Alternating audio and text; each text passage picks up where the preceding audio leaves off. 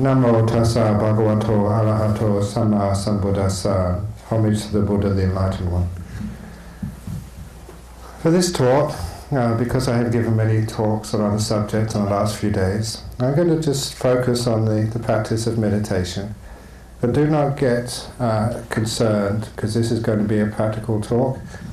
Down to earth, easy to understand, because in my life I've realized that if one gets too theoretical, then no one understands. And in particular, if you know what you're talking about, it's usually easy to explain it, even to a young child. A famous philosopher once said, if a young child can't understand it, it's not worth saying. In other words, that sometimes that we do couch things in ways which are just far too difficult, and there's no reason why we can't teach things like meditation in a very, very peaceful way, in a very easy to understand way. Because all meditation is learning how to rest and relax. And I'm going to use some similes, some visual similes as well, which help us understand what meditation truly is and its purpose in our life. All of you who are Buddhists will understand that meditation is a central part of the Buddha's teachings. The Buddha became enlightened by meditating, and that has been at the heart of everything to do with Buddhism. I know that these days the other religions also meditate, which is wonderful, but the meditation actually started in Buddhism. As it says in the Samyutta Nikaya, it was the Buddha who discovered the meditation. However, to understand what meditation is and its purpose, there's a very simple simile which I will share with you. And it's very helpful because I do have a cup of wonderful Sri Lankan tea in front of me. If I hold this cup of tea and I ask myself how heavy it feels, I notice that the longer I hold it, the heavier it seems. If I keep holding this for about 5 minutes, my arm will start to ache. If I keep holding this for half an hour, I will be in considerable pain. If I keep holding like this for 2 hours, I'll be a very dumb monk. So what should I do when this starts to feel heavy? You put it down. And you do not need to throw it away. You just need to put it down for maybe 1 or 2 minutes, that is all. And then you pick it up again. If you don't believe me, you can try this at home. Now it actually feels lighter. This is what meditation is, and how it heals the stress of ordinary people's lives. People experience stress not because they're carrying too many burdens in life. They experience stress because they don't know how to put things down for a few minutes. It does not matter how heavy my cup is. I get aches, I'm in stress, not because of its weight, but because I don't know how to put it down from time to time. The weight of my cup symbolizes the number of things you have to do in this world. Your responsibilities, your duties, your work, even your kids, your homework. That is not the problem. Not knowing how to put it down from time to time is the problem. Putting it down is what meditation means. Letting it go, leaving it alone. If we don't learn how to put our burdens down from time to time, if we carry around the worries and concerns of our life for 24 hours a day, 7 days a week, we experience the results of stress. We get angry at the people we love. We rush about, never finding time for one another. There's an old story of a young boy and his father. The father came home one afternoon after work. His 5-year-old was waiting for him. His 5-year-old said, "Daddy, Daddy, how much do you earn at work every hour?" And the father said, "That's got nothing to do with you. I'm tired. Be quiet." The 5-year-old repeated, "Daddy, how many dollars do you earn every 60 minutes?" "Look, I told you, be quiet. What does a 5-year-old want to know about that?" And the third time the son said, "Daddy, please, how much do you earn an hour?" "Right, that's it, off to your room." And he sent this poor 5-year-old upstairs to his bedroom. It was only because the father was tired. You know what it's like when you're very busy and somebody asks you a question you can't really find a purpose for. But after having a cup of coffee and resting for a quarter of an hour, 20 minutes, the father started to feel remorse about being so harsh to his son. So he went up to his son's room, knocked gently on the door and asked to come in. The father said to his son, "Sorry, I shouldn't have been so quick to send you up to your room. I don't know why you asked me that question, but if you really want to know, I earn $20 an hour." His son smiled, reached under his pillow, took out $10 in coins and cash, and then asked his father, "Can I borrow $10, please?" His father almost burst into anger again, but he wasn't going to make the same mistake. He said, "Look, I don't know why you want an extra $10, here it is." And gave it to his son. His son now counted up $20. He then gave it to his father and said, "Daddy, can I now have 1 hour of your time, please?"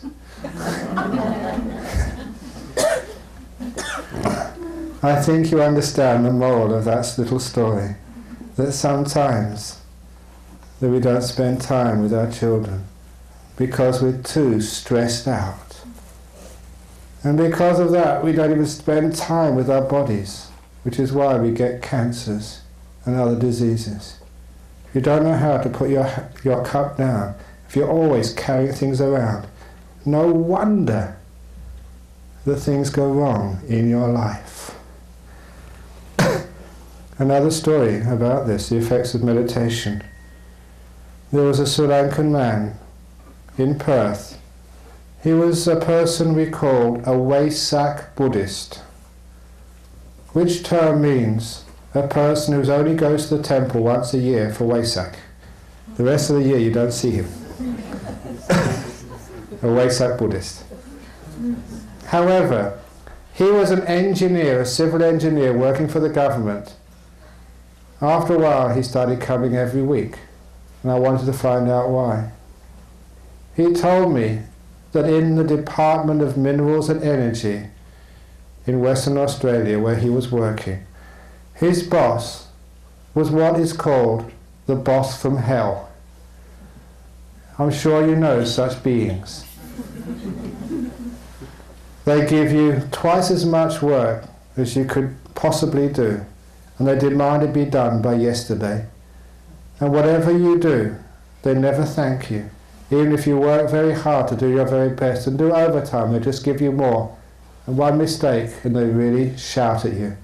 Never one moment of praise, but always criticism, always pushing you, never being friendly, never understanding. The boss from hell.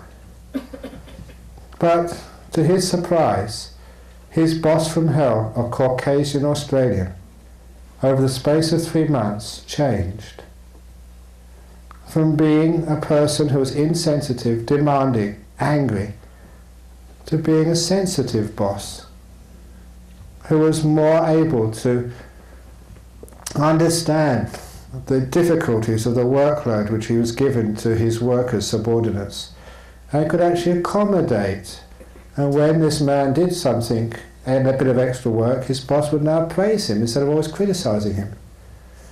The change was so pronounced, this Sri Lankan man had to ask him, "If you don't mind me asking you, sir, boss, you've changed. What have you been doing?" And this Caucasian Australian said, "Well, I found this wonderful Buddhist temple where they teach meditation." And the Sri Lankan man said, "That's my temple." He'd been so close to this wonderful resource of stress relief, peace, wisdom and power, but all he'd ever seen was the ceremonies at Wesak.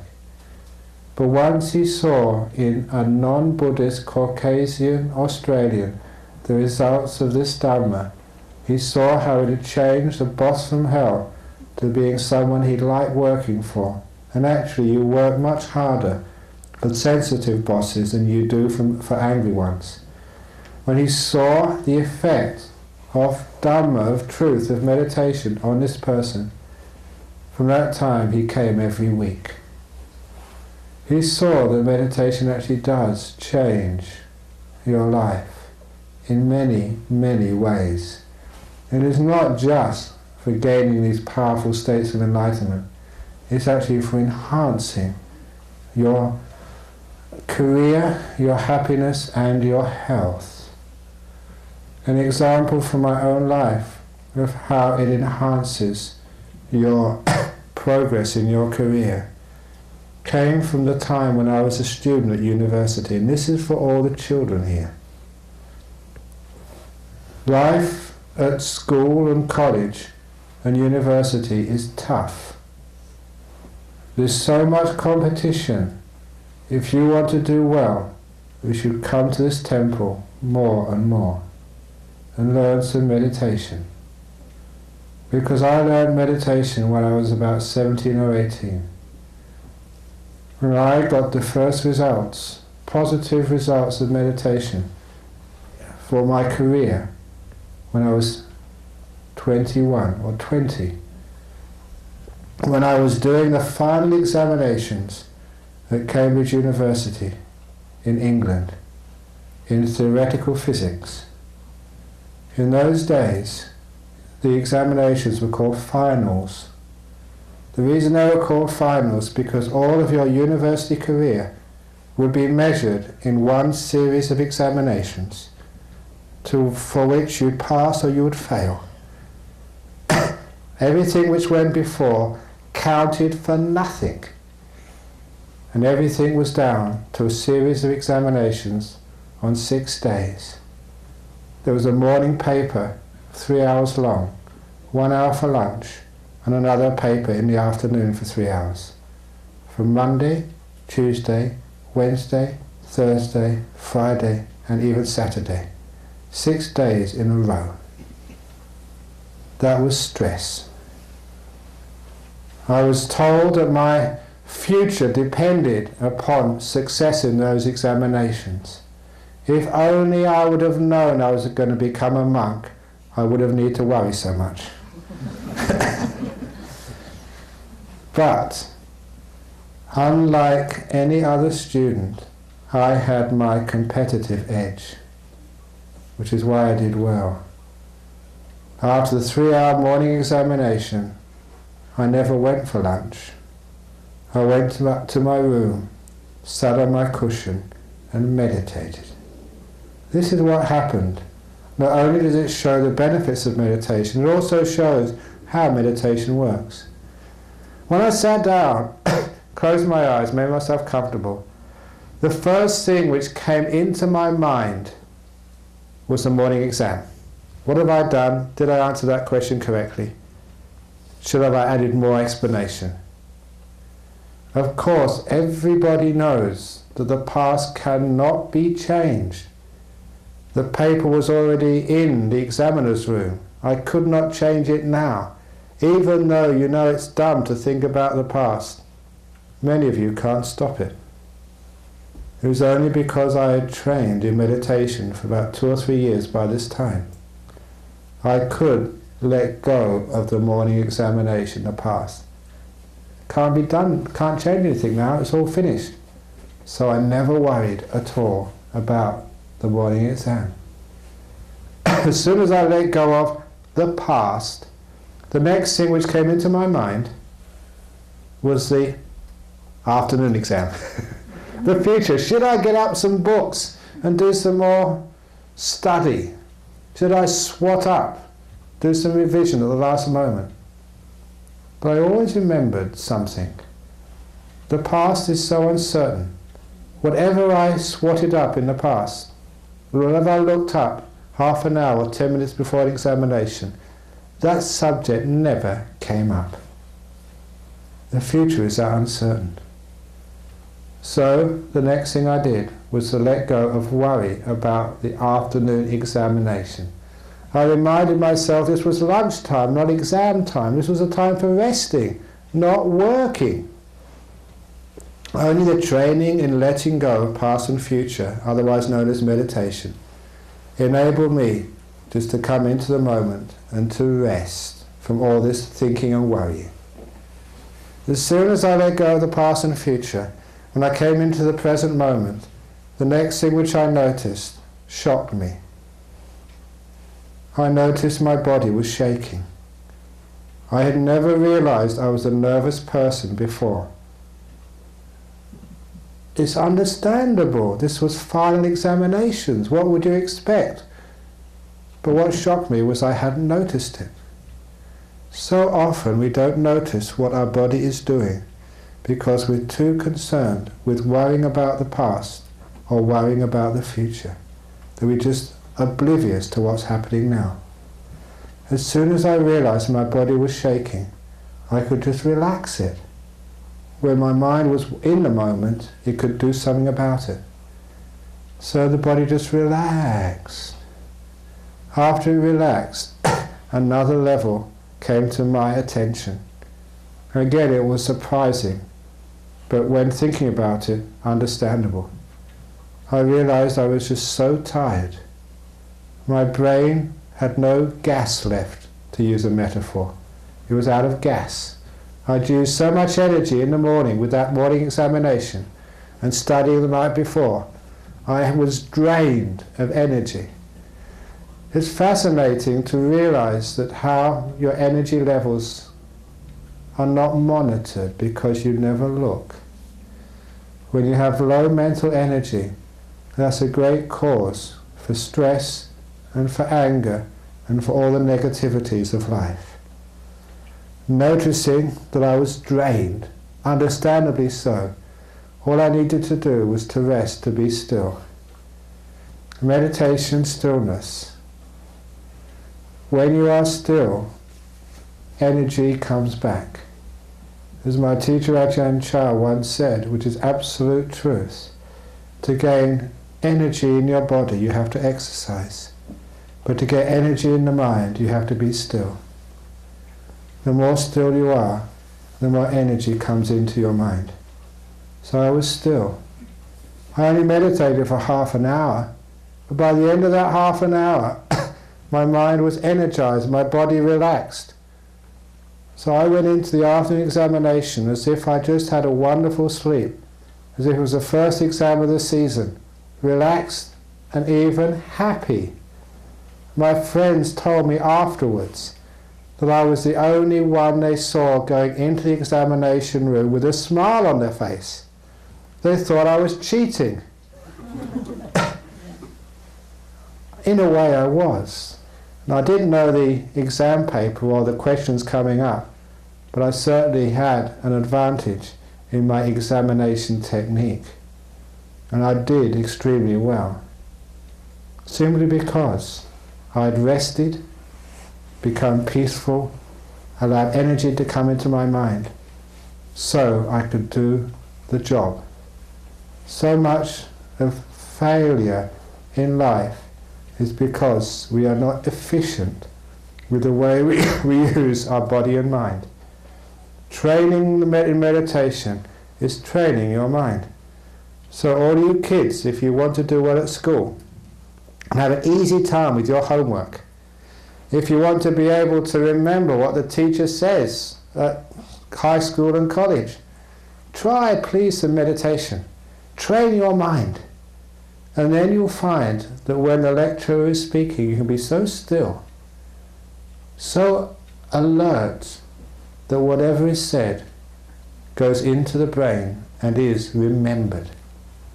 This training the mind in attention is also training the mind in absorbing information. You can imagine a sponge which you have in the kitchen.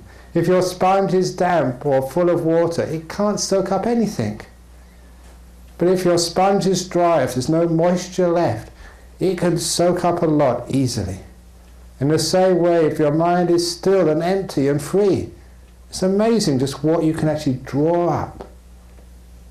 So when you're listening, If you really want to learn quickly, if you are a business person and you're reading a report, if you train the mind in meditation, it's so easy to read, because you only need to read it once, and everything is absorbed.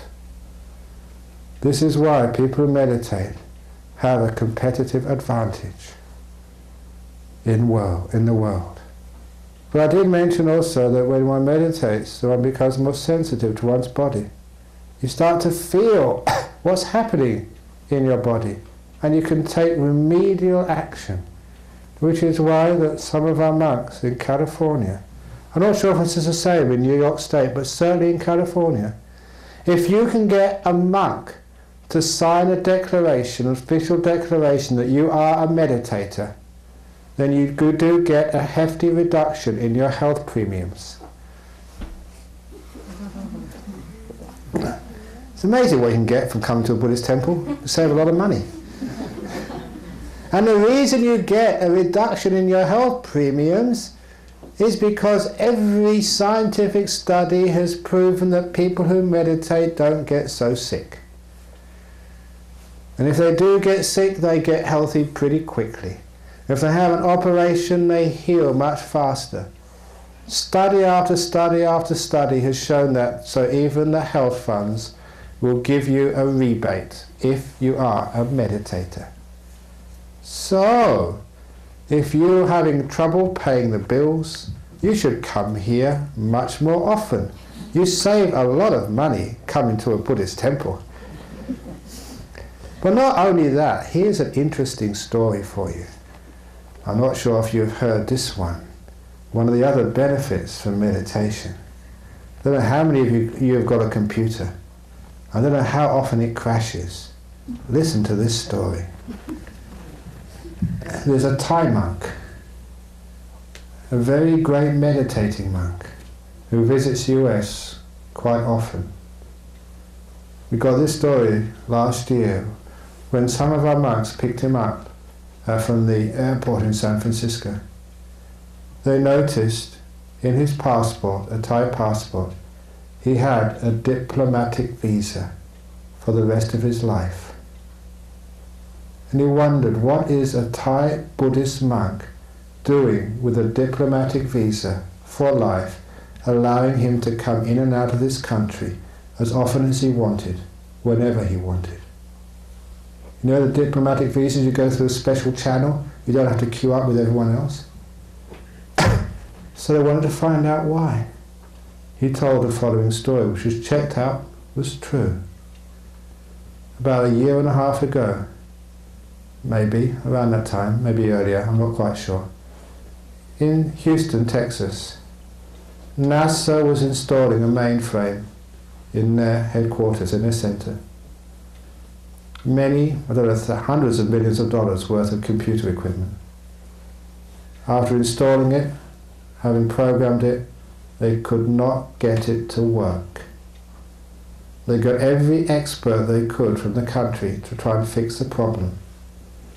And one expert mentioned, if we can't fix it, perhaps it might be something supernatural.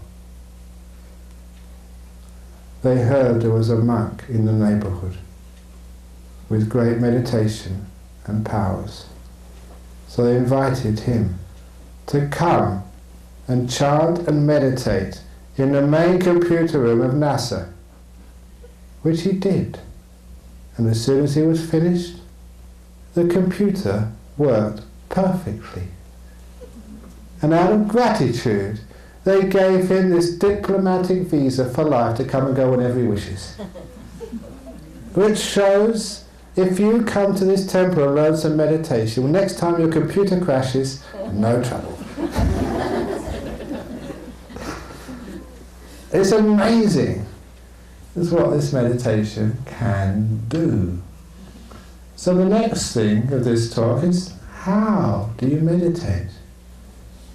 Meditation is the simplest thing to do. It only doesn't work when you make it so complicated. Again, I'll teach meditation using a visual simile. Here again is my cup. This is like my mind. Now the job of meditation is to make things nice and still. So there's no more movement anymore, no more thinking, no more remembering the past or the future. When everything gets so still, because peace only comes from stillness. So for many months now, ever since I thought up this simile, I've tried to develop the ability to hold my cup absolutely still. Now I'm focusing and concentrating on this cup, trying to keep it absolutely still. For those sitting close, you can see that this cup is still moving. And you just have to try harder to hold it still. Actually, the harder I try, the more it moves. I've been trying this for many months and I still can't hold this cup still. So frustrating. That's when people try and meditate. They get so frustrated they can't keep their mind still. Because they're doing it the wrong way. If you want to keep this cup absolutely still, it's the easiest thing in the world to do. All you need to do is, let it go, put it down. Now look at it. It's absolutely still. And there's no effort at all. It's the easiest thing in the world. So when you're meditating, instead of trying to control your mind, disengage, let it go, put it down, and you find your mind becomes still all by itself. This is how we meditate.